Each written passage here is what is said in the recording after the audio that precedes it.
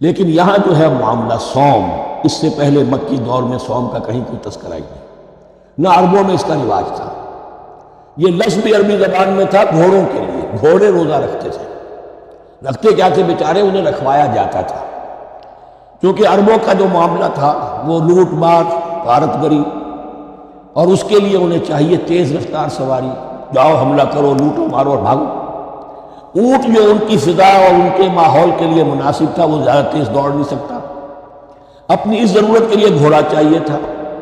گھوڑے میں عرب کا سخت موسم برداشت کرنے کی عادت نہیں، نازک جانور ہے، وہ پیاسا تو نہیں رہ سکتا 7 دن تک جیسے کہ اونٹ رہ سکتا ہے، بھوکا نہیں رہ سکتا، وہ لو کے تھپیڑے نہیں برداشت کر سکتا، لہذا عرب اس کو رکھواتے تھے روزہ۔ کھانا پینا بند کیا اور اس کے جو ہے منہ کر کے کھڑے ہو گئے جب گرم تیز ہوا چل رہی ہے، خود تو اپنے آپ کو لپیٹ لیا اپنے گھٹنے میں، گھترا کہلاتا ہے وہ جو بھی کپڑا اوپر ہوتا ہے، اور وہ اس گھوڑے کو جو ہے وہ ساری آگ اس پر برس رہی ہے تاکہ اس میں عادت پیدا ہو جائے جھیلنے کی، برداشت کرنے کی۔ تو جنگ کے موقع پر کہیں یہ دغا نہ دے جائے، اگر یہی ہمت ہار گیا تو اس کا تو کیا گیا جائے گا، تو اصل میں سوار ہے جو مارا گیا۔ یہ روزہ ان کے ہاتھ تھا، لیکن جب حضور آئے مدینے میں تو یہاں یہود میں روزے کا رواج تھا۔ وہ ایک تو عاشورہ کا روزہ رکھتے تھے، اس لیے کہ وہ تاریخ تھی جس میں کہ نجات ملی تھی بنی اسرائیل کو فرعونیوں سے۔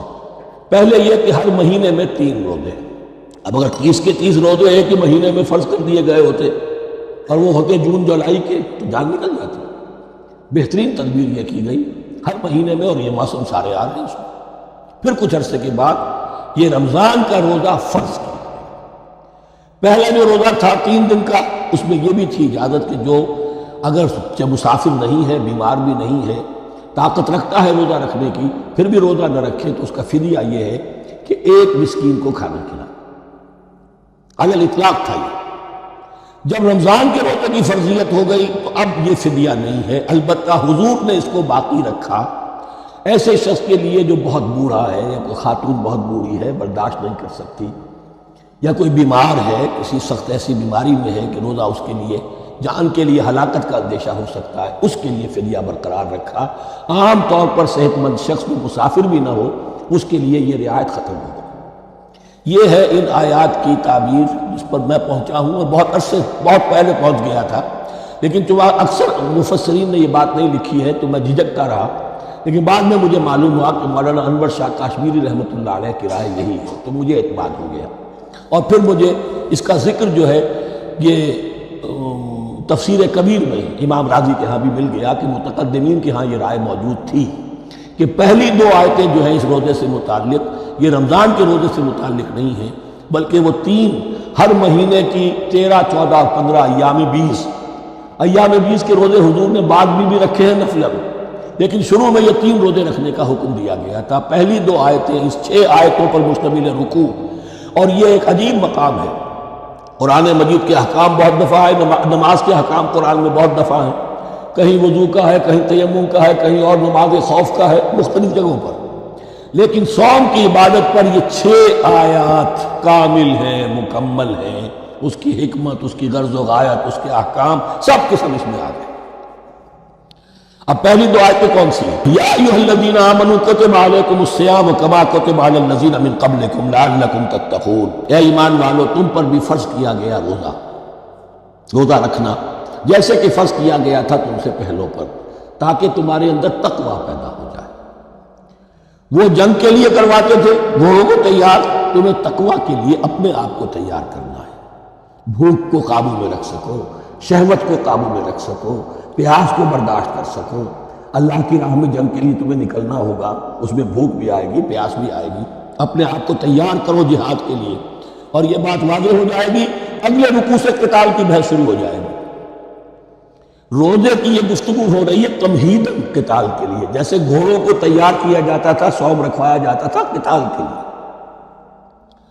ایام معدودات، گنتی کے چند دن ہیں، یہ گویا کہ ثبوت ہے اس کا کہ یہ 2-3 دن سے زیادہ، معدود جو ہے وہ زبان میں 9 سے زیادہ نہیں ہو سکتا۔ معدودہ جب آئے گا، ایام معدودات، یہ جمع جو ہے جمع قلت کہلاتی ہے۔ معدودات، معدودہ بڑی سے بڑی رقم ہو سکتی ہے، لیکن معدودات جمع قلت ہے۔ گنتی کے چند روز ہیں. فمن کان منکم مریضا، ان میں بھی یہ رعایت ہے کہ جو تم میں سے بیمار ہو او علی سفر، یا سفر پر ہو، فعدۃ من ایام اخر، تو وہ تعداد پوری کر لے دوسرے دنوں میں. وعلی الذین یطیقونہ، اور جو اس کی طاقت رکھتے ہوں، فدیۃ طعام مسکین، وہ فدیہ دے ایک مسکین کا کھانا کھلانا. ان آیات کی تفسیر میں جیسا کہ میں نے عرض کیا مفسرین کے بہت سے اقوال ہیں، اب میں اس کی بحث میں نہیں جا سکتا. جو میں نے اپنے مطالعے کے بعد رائے قائم کی ہے میں صرف وہی بیان کر رہا ہوں کہ اس وقت یہ امام راضی کے الفاظ ہیں کہ یہ فرضیت الگ تعیین نہیں تھی بلکہ الگ تخییر تھی. فرض تو ہے روزہ، لیکن اس کا بدل بھی دیا جا رہا ہے. اگر تم نہیں رکھنا چاہتے تو تم ایک مسکین کو کھانا کھلا دو. تو گویا کہ تدریجاً انہیں لانا تھا، کیونکہ اس بات کے وہ پہلے سے عادی نہیں تھے. فمن تطوع خیرا فهو خیر اللہ، اور جو اپنی جی سے اپنی مرضی سے خیر کرنا چاہے تو اس کے لیے خیر ہے. روزہ بھی رکھے اور مسکین کو کھانا بھی کھلا، دونوں کام کرے تو اس میں کوئی رکاوٹ تو نہیں، اس کے لیے بہتر ہوگا. وَأَن تَصُومُوا، اور دیکھو اگر روزہ رکھو، خیر لکم ان کنتم تعلمون، یہ تمہارے لیے بہتر ہے اگر تم جانو. اب یہاں بھی ایک طرح کی رعایت کا انداز ہے. اب آ رہی ہیں دو آیتیں جو خاص رمضان کے روزے سے متعلق ہیں، حکمت اور غرض و غایت. پھر ایک آیت طویل آئے گی احکام، اور پھر ایک آیت آئے گی لٹمس ٹیسٹ. یہ 6 آیتیں. شہر رمضان الذی انزل فیہ القرآن، رمضان کا مہینہ وہ ہے جس میں قرآن نازل کیا گیا. ھدی للناس مبینات من الھدی والفرقان، لوگوں کے لیے ہدایت اور ہدایت کے بھی روشن بینات باتیں، والفرقان اور حق و باطل میں فرق کر دینے والی چیز.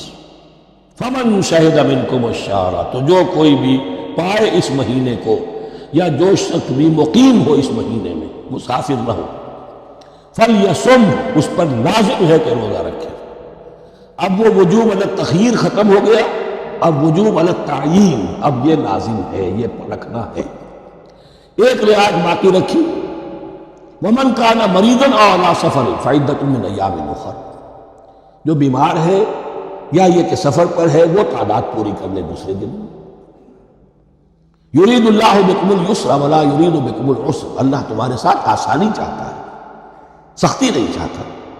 یہ لوگ اپنے اوپر سختیاں جھیلتے ہیں. شدید جو ہے سفر کے اندر بھی روزہ رکھے ہوئے، حالانکہ یہاں اجازت دی ہوئی. یہ بلکہ حضور نے ایک مرتبہ ایک سفر میں کافی سرزنش کی.